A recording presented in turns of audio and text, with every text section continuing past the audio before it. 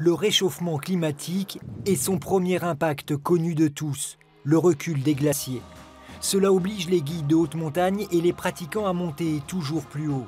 Un danger supplémentaire qui demande toujours plus de technicité et d'équipements adaptés. Mais il y a plus encore. Puis il y a quelque chose qui est moins connu, parce que moins visible, c'est la dégradation du permafrost, c'est le réchauffement des terrains gelés en permanence. Le gel permanent, au-delà de 2000-2500 mètres d'altitude, cimente les montagnes grâce à la présence de glace dans les terrains. Et cette glace, tout simplement, elle se dégrade au fur et à mesure du réchauffement climatique, et ça a tendance à déstabiliser les versants. Conséquence, des parois déstabilisées et des éboulements en augmentation. Le réchauffement climatique, c'est aussi la présence de plus en plus fréquente d'eau liquide sous les couches de neige en plein hiver. Un risque d'avalanche supplémentaire, alors il faut changer les comportements. Le premier impact du changement climatique, c'est qu'il faut encore plus suivre en continu les conditions du manteau neigeux et s'informer sur les conditions de neige avant d'envisager telle course. Les assises de la sécurité en montagne qui se tiennent à Nice aujourd'hui permettent aux guides d'élaborer des stratégies pour diminuer la prise de risque et les accidents. Sortir de cette course au sommet, course un peu consumériste au sommet, et puis d'un autre côté faire ensemble, c'est-à-dire essayer de transmettre aux clients une partie des compétences, une partie du sel qui fait la course, c'est-à-dire qu'on n'est pas le guide qui emmène le client et le client qui suit le guide, mais on partage un peu les compétences et le client peut aussi aller devant. Face aux éléments et aux bouleversements climatiques, l'adaptation des hommes est désormais une obligation et la seule garantie de la sécurité en haute montagne. Et pour aborder cette thématique, nous sommes en direct avec Jean-Philippe Demaël. Bonsoir. Vous êtes à l'Acropolis où vont être médaillés les nouveaux jeunes guides. Alors la question de la sécurité est d'autant plus importante. Vous avez participé à l'élaboration d'un plan d'action pour prévenir les risques. Expliquez-nous.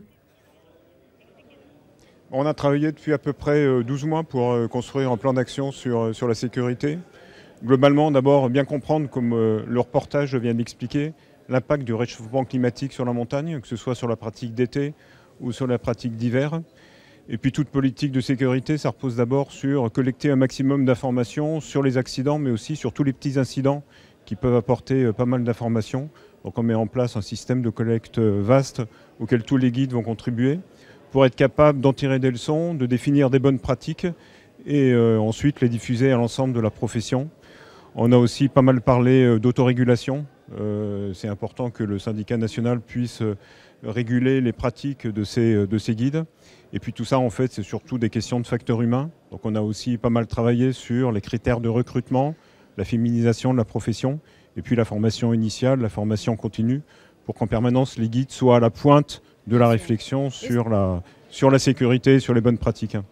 Est-ce que la pression de la clientèle qui veut, on le comprend, faire sa balade à tout prix, est-ce que ce n'est pas finalement un facteur aggravant ? En fait, la difficulté du guide, c'est ça, c'est qu'il doit intégrer différents facteurs. D'abord, il a une contrainte économique, il faut bien vivre. Et c'est pour ça aussi qu'on essaye de pousser ce qu'on appelle la pluriactivité, faire en sorte que les guides aient différents métiers. Donc il y a la contrainte économique, il y a un client qui a payé et auquel on veut faire plaisir en l'amenant en haut. Et ensuite, il y a la gestion du risque avec la montagne qui a des impondérables. Et donc le guide, souvent tout seul, en temps réel, doit être capable de décider est-ce que je continue pour faire plaisir à mon client ou est-ce que je descends. Et là, c'est important de lui donner des outils relativement simples pour être capable de décider de la manière la plus juste en temps réel. Et là encore, dans un moment où en général il est seul, puisque c'est une profession où en général on exerce seul. Mais un des points sur lesquels on insistait aussi aujourd'hui, c'est utiliser l'intelligence du client. Le client, c'est aussi une personne qui est capable de voir, de comprendre, de percevoir des choses. Et donc renforcer le partenariat entre le guide et son client pour que les deux, la cordée, le groupe, décident est-ce qu'on continue ou est-ce qu'on descend. Oui, c'est ce qu'on disait sur la prétention à la baisse pour ne pas viser trop les sommets. Je rappelle qu'il y a eu 16 morts dans les Alpes-Maritimes, dont 2 guides l'année dernière, donc c'est un thème forcément important. Je vous remercie et à noter aussi que le manteau neigeux sera instable ce week-end. Un léger risque d'avalanche est annoncé à cause des purges de neige sur les versants ensoleillés.